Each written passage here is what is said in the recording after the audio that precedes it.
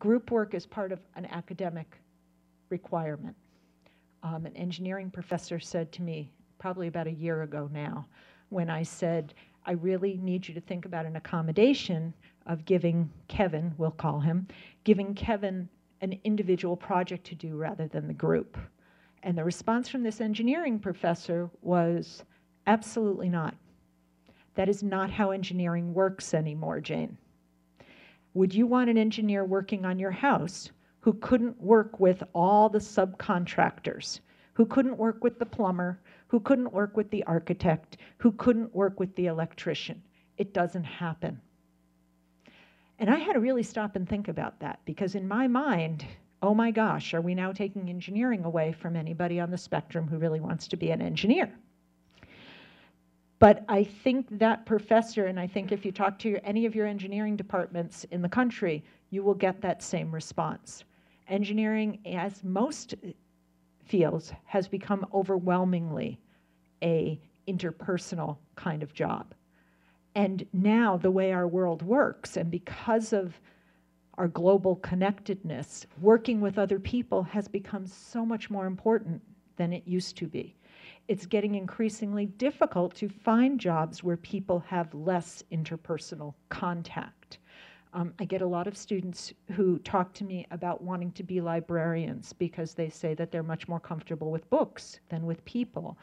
But when I explain that when you work in a library, most of your work is with patrons, not with books, it becomes a different issue. So that we really need to think about how we're portraying some of the issues that are so difficult for students, and how to think about wrapping our heads around increasing not only our understanding, but the faculty's understanding of how to take that student to the next step. Right. The comment is that in California, it's not our role to do therapeutic intervention in disability services.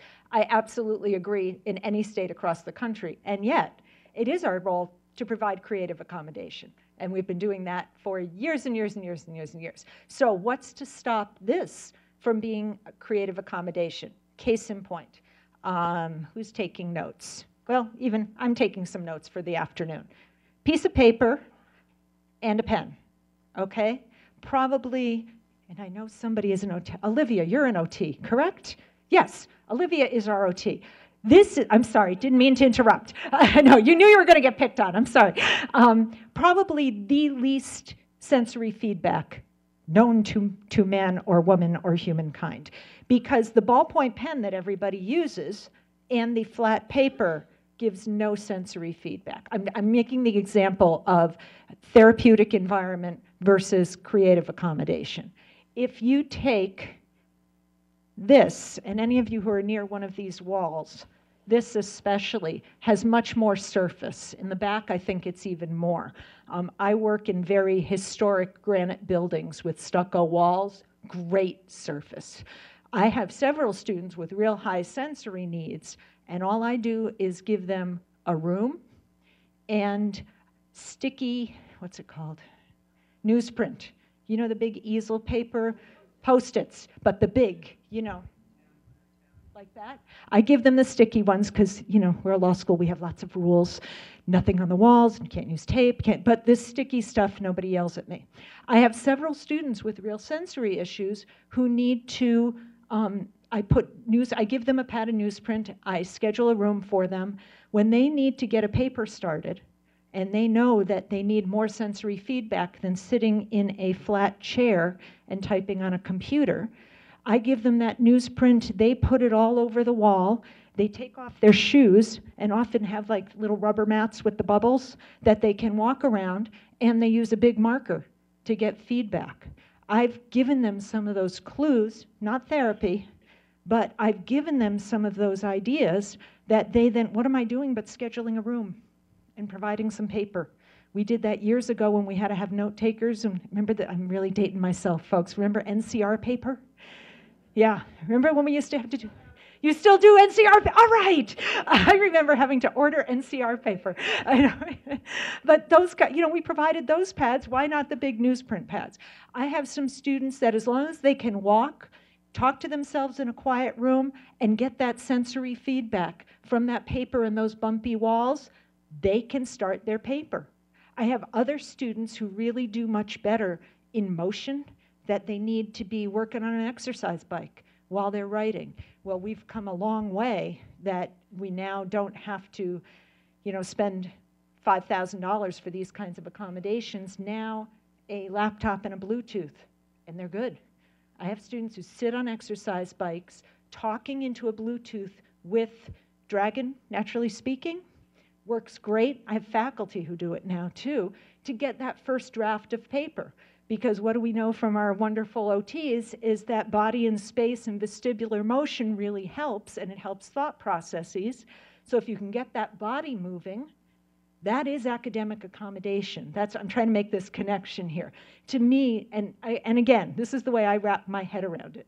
Oh, wait, there's a note here. I'm not seeing it. I got 15 minutes. I'm talking faster. Okay, but you see what I'm saying. For some students, it's what I keep in the office is legal-sized note clipboards with sandpaper.